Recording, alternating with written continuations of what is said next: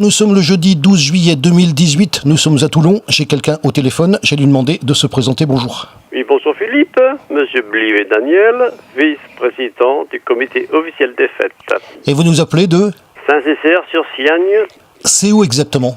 Alors c'est à la limite du Var, juste après le village de Mons, et entre Saint-Vallier et Grasse.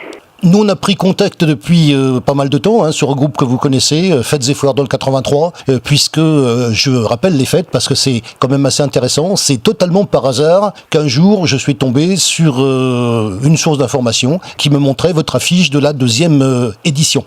On a pris contact avec vous, la preuve. Le contact s'est d'ailleurs bien passé puisque vous êtes avec nous aujourd'hui. Vous nous avez d'une part envoyé l'original de l'affiche qu'on a publié, bien évidemment, mais on est là aussi pour vous poser des questions et puis on est là aussi pour donner la parole à des gens comme vous qui sont quand même assez éloignés de Toulon, c'est le moins qu'on puisse dire. Oui, comme vous dites, on n'a pas de navire Saint-Césaire pour aller à Toulon. On va parler de cette manifestation qui se déroule très très bientôt. Comment ça a été créé d'abord ? Cette fête a été créée par l'Amicale des commerçants de Saint-Césaire il y a quelques années en arrière, tombée en sommeil depuis pour diverses raisons, et reprise l'année dernière à la demande de la mairie, en partenariat avec le comité des fêtes, bien naturellement.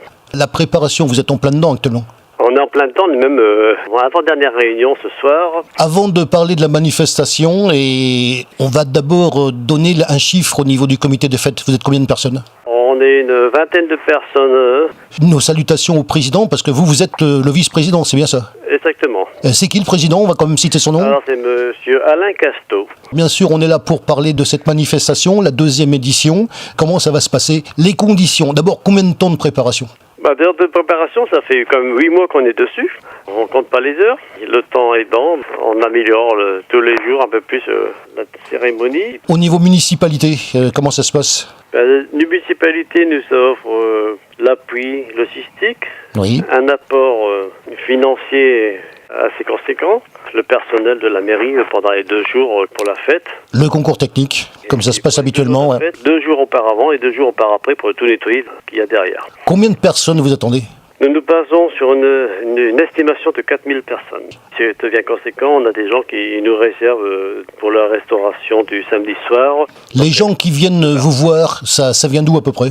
La majorité vient des Alpes-Maritimes, après on a les Alpes de Haute-Provence, on a beaucoup de personnes qui viennent également du Vaucluse, pas mal de réservations de la part du Var également. C'est pour ça qu'on a pris contact avec vous. On est frontière avec le Var, n'est-ce pas ? Il n'y a que la rivière, la Siagne qui nous sépare. Ah je le sais très bien, j'ai regardé un peu ma géographie avant justement. La caractéristique de la manifestation, sur quoi ça va porter ? Sur la fête médiévale, tout ce qui se rapporte à la médiévale.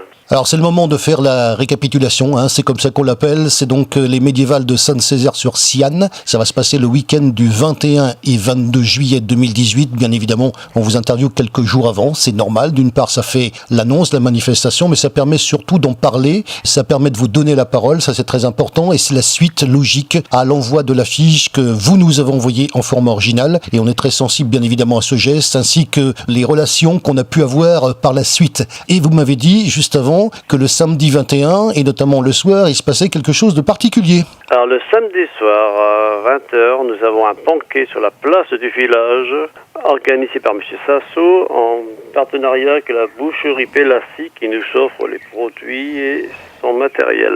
Les médiévales de Saint-Césaire-sur-Siagne, dans le département 06, et on a besoin bien sûr pour terminer, comme on le fait d'habitude d'ailleurs, une petite conclusion. Conclure, s'il y a du beau temps, c'est une fête qui l'année dernière n'a eu que des retours positifs, que cette année, ayant modifié le positionnement fut à l'ampleur qu'a pris la fête.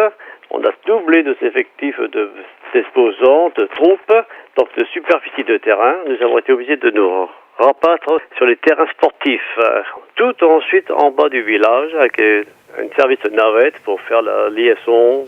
Nous avons des navettes gratuites à disposition du public pour rejoindre le centre du village où des activités auront lieu toute la journée du samedi après le marché au dimanche soir.